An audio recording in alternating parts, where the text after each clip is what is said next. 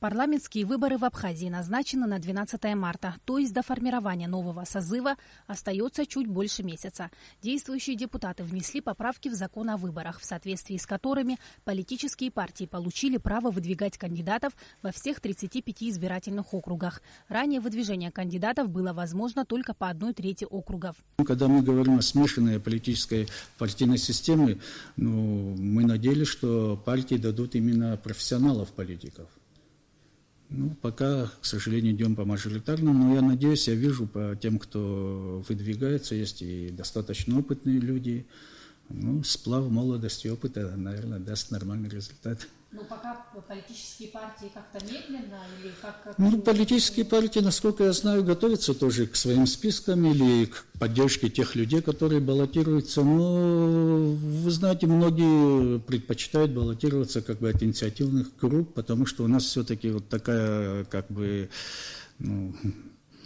определенная, четкая, я в этой партии, программе этой партии поддерживает столько людей и так далее. У нас пока такого разграничения нет. Но в любом случае политические партии, я не сомневаюсь, будут участвовать в этих выборах уже более активно. По данным ЦИК, на 1 февраля зарегистрировано 108 инициативных групп и 3 политические партии. Причем это далеко не предел. Регистрация завершится только 10 февраля. Действующие депутаты не остались в стороне. Большинство вновь выставили свои кандидатуры. На данный момент таковых больше 20. Совсем скоро ожидается реальная борьба за голоса избирателей. Ведь почти в каждом из округов по 4-5 кандидатов. Только ленивый сейчас не обсуждает эту тему. Высокий интерес к участию в выборах вполне объясним, пишут пользователи социальных сетей. Но у спикера парламента Валерия Бганба на сей счет другое мнение. К сожалению, в последнее время как-то отношение к парламенту, я не говорю о всей прессе, больше всего, наверное, это все-таки интернет, к которому мы еще не привыкли. Мы думаем, что раз мы там написали, это никто не знает, что хотим, то можем написать. Наверное, привыкнем со временем. И представление о работе парламента, о работе депутатов парламента, конечно, было очень искаженное. Я просто хотел бы сказать, что депутат парламента не обладает ни финансовыми ресурсами, не обладает ни административным ресурсом. У него есть право одного голоса. Все. И, конечно, он может высказать свое мнение на заседании парламента, и проголосовать за это. Все, других ресурсов у него нет. Однако многие эксперты уверены, что будет низкая явка избирателей. При этом электорат Абхазии можно назвать одним из самых политически активных. Председатель высшего законодательного органа страны считает, что Народное собрание сможет и должно усилить свою политическую роль и стать по-настоящему действенным институтом публичной политики, только при наличии в своем составе опытных политиков, которые смогут аккумулировать различные идеи. Именно тогда парламент станет реальным участником политической жизни страны. Конечно, очень жаль, что многие неподготовленные, неопытные люди идут в парламент. Это все-таки высший законодательный орган страны, и его законом должно жить наше государство. Конечно, хотелось бы здесь видеть больше политиков, больше людей опытных, которые прошли школу хотя бы местных органов самоуправления, управления, работали где-то на государственных должностях, представляют структуру, представляют полномочия, цели, задачи парламента. Все почему-то и избиратели, к сожалению, и, наверное, те, кто многие баллотируются, трансформатор, воду сделал. Для этого есть у нас органы управления на местах, главы администрации сел, поселков, городов, районов. Это их обязанности. Да, мы будем помогать по мере своих, обязаны помогать своим избирателям. Это все понятно, но основная задача депутата – это законы. Законы, по которым должны жить, трудиться наш народ, развиваться наше государство. В обществе имеют место разговоры о том, что депутаты, полномочия которых истекают, покупают закрепленные за ними государственные автотранспортные средства за символическую цену. Валерий Бганба заверил нас, что это всего лишь домыслы, и таких фактов не было. Пока ни одного заявления у меня не было, ни одной списанной машины нет, ни одной проданной машины нет. Могу это заверить любого, любой может посмотреть. Если даже будет какой-то факт, он должен идти в соответствии с законом о приватизации, это государственное имущество, то есть решением Кабинета министров и так далее, как положено. Но пока, еще раз говорю, ни один депутат, никто не подал заявление на то, чтобы попробовать приобрести служебную машину. Не было и Кандидатам в законодательный орган страны много требований, но одно условие вызывает вопросы. Представители государственных органов власти Республики Абхазия, в том числе депутаты Народного собрания, обязаны владеть и пользоваться государственным языком. Но в законе о выборах такой статьи нет. По мнению Валерия Бганда, применить закон о языке в полной мере не представляется возможным, учитывая, что в стране не созданы условия для изучения абхазского языка. Есть закон о языке, который предусматривает, что все государственные чиновники, все депутаты парламента, местных органов самоуправления обязаны знать государственный язык. А о чем спор?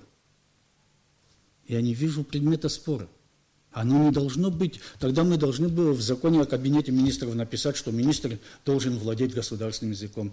В законе об управлении в административно-территориальных единицах туда внести эти изменения. Так законы не принимаются. Принят закон на языке, где четко написано, что тот, кто находится на государственной службе, обязан знать государственный язык. Я не вижу спора.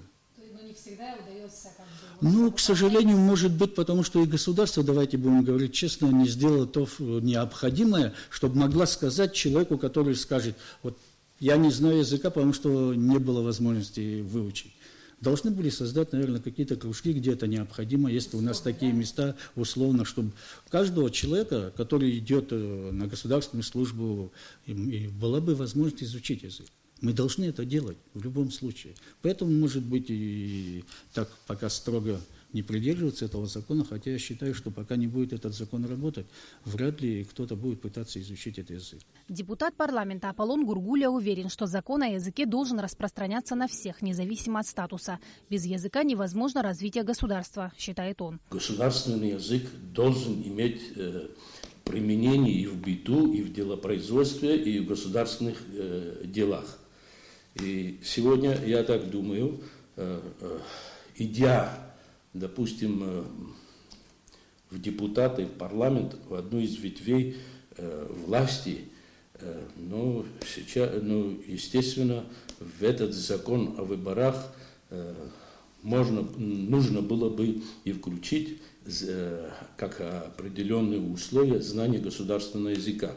Но в первую очередь, сегодня за 15-16 лет после принятия закона о государственном языке, наше общество не достигло, наше государство тоже не достигло до того уровня, было мало времени, чтобы создать условия, чтобы все население владело бы государственным языком, но это дело будущего. Но на сегодняшний день себя считающий абхазом, и который будет баллотироваться в высший законодательный орган страны, с него должен быть спрос законно.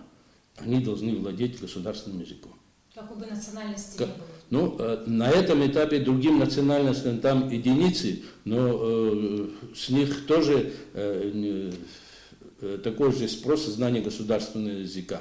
Но особый спрос, я думаю, что для абхаза, который себя считает абхазом, знание абхазского языка, когда он будет баллотироваться в депутаты парламента, я думаю, что это обязательное условие должно быть. И все же мартовские выборы не лишены интриги. В Народное собрание выдвигаются люди, не связанные с политическими партиями. Многие из них никогда не участвовали в политических процессах страны.